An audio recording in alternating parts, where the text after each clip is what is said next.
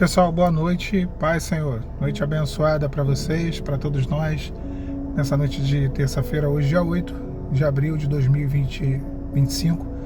Que o Senhor venha falar ao nosso coração, por intermédio dessa breve mensagem, dessa breve palavra, que sirva de fortalecimento ao coração dos irmãos. Peço que vocês curtam o vídeo, se inscrevam no canal, compartilhem e comente, os padrões aqui da plataforma do YouTube.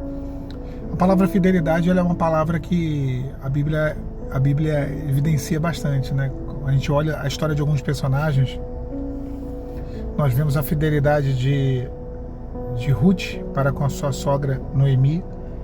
Mesmo Noemi já com a idade avançada, não tendo mais nada a oferecer para Ruth, Ruth se apegou a Noemi. A palavra vai dizer que Ruth se apegou ao Deus de Noemi. E em determinado momento, Noemi vira para ela e fala: se vocês quiserem ir embora, e ela fala para suas duas noras, para Noemi, para Ruth e para Ofra, a sua outra nora. E Ofra vai embora, volta para sua terra, mas Ruth vira e fala: olha, por onde quer que tu fores, eu irei. Onde quer que tu pousares, ali pousarei. O teu povo será o meu povo, e o teu Deus será o meu Deus.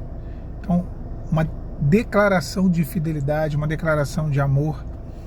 E essa fidelidade nós vemos também quando Itai, o Giteu, no pior momento de Davi, quando ele é deposto do trono de Absalão, por Absalão, ele sai de Jerusalém, ele foge até o extremo do Jordão, e a palavra vai dizer que Itai, o Giteu, vai até ele, e Davi fala: olha, você não precisa ir comigo, você não precisa estar do meu lado nesse momento de crise, momento de dificuldade, meu filho Absalão se assentou no trono, você não precisa se expor, você e a sua família, volta para a tua terra, então vai até Jerusalém e reconheça meu filho como rei.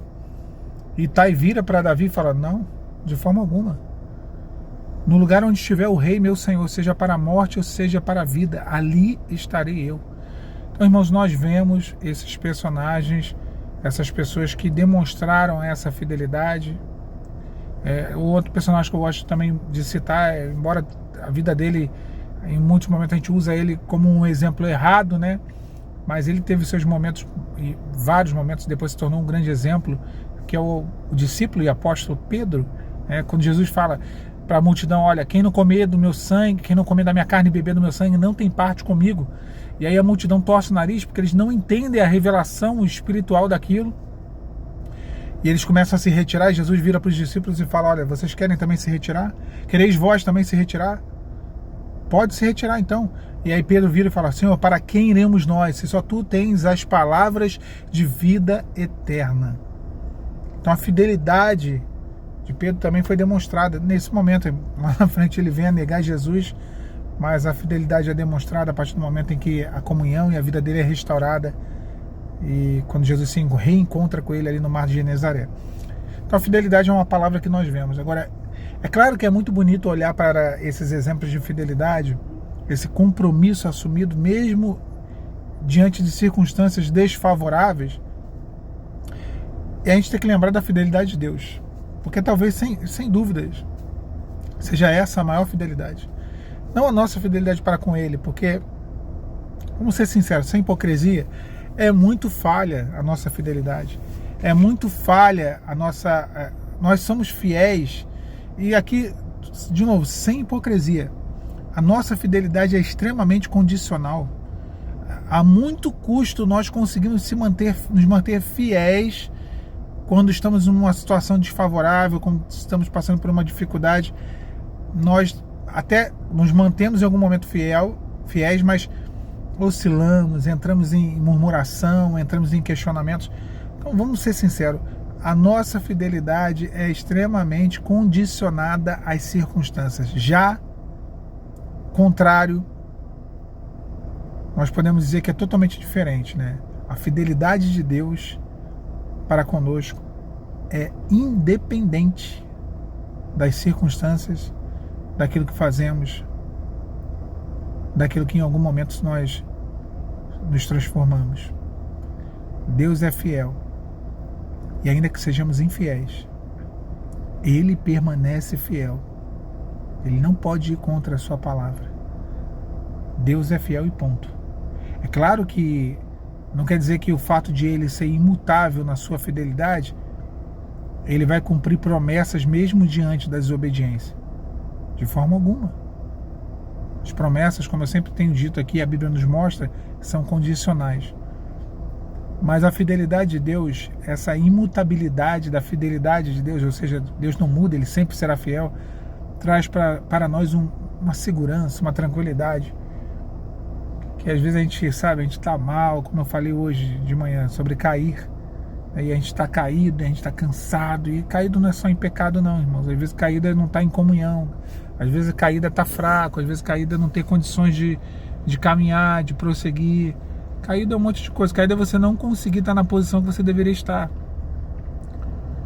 Mas o que conforta e consola e traz alento ao nosso coração é que a gente sabe que mesmo nessa condição, quando estamos nessas condições, Deus permanece ali, pronto para nos resgatar, pronto para nos socorrer, pronto para nos atender, pronto para mudar a nossa condição, porque Ele permanece ali, porque Ele permanece fiel, porque Ele é fiel, independentemente de como você esteja hoje, de como eu esteja, do que tem acontecido no final de semana, do que aconteceu ontem, segunda, hoje, terça, não importa. Ele é fiel, ainda que sejamos infiéis, Ele permanece fiel. Então, a grande questão é, será que nesse momento, diante do cenário que você está vivendo, diante das lutas que tem se levantado, diante das impossibilidades que se apresentam, você está recorrendo, você está buscando a esse Deus fiel? Será? Porque senão, olha, se derrama. É um convite do Senhor para você, se derrama. Se derrama. Talvez nesse momento você não se sinta nem digno, nem digna de se dobrar, de chorar, de falar com Deus. Eu sei bem como é isso. Momentos que a gente não se sente digno de falar, de alçar a nossa voz ao céu, de orar ao Senhor. Mas, meu irmão, minha irmã, não há o que possamos fazer para termos esse acesso. Então, desculpa a expressão, uma vez eu vi isso de um pastor e ele usou uma expressão, né? Com todo cuidado aqui eu vou repetir. Ele diz assim: às vezes a gente tem que ser, entre aspas, né, sem vergonha, no sentido de que não de normalizar o pecado, mas no sentido de que se a gente permitir com que a vergonha do nosso pecado, das nossas falhas, da nossa fraqueza, do nosso cansaço, do nosso medo, nos impeça de orar a Deus, acabou. Então tem hora que a gente tem que ser nesse aspecto, nesse contexto, sem vergonha, no sentido de que ignorar o medo, ignorar o cansaço, ignorar a fraqueza, ignorar isso tudo e falar: Senhor, eu estou aqui de novo. Eu estou aqui de novo. Senhor, que a sua fidelidade, uma vez mais, se manifeste sobre a minha vida, sobre a minha casa, sobre o meu trabalho, sobre a minha saúde, sobre a minha família. Eu tenho certeza, minha irmã, meu irmão, se Deus está te entregando essa palavra nessa noite, e eu creio que Ele esteja, é porque Deus quer ser mais uma vez fiel na sua vida. Pai, Senhor Jesus. Tchau, tchau.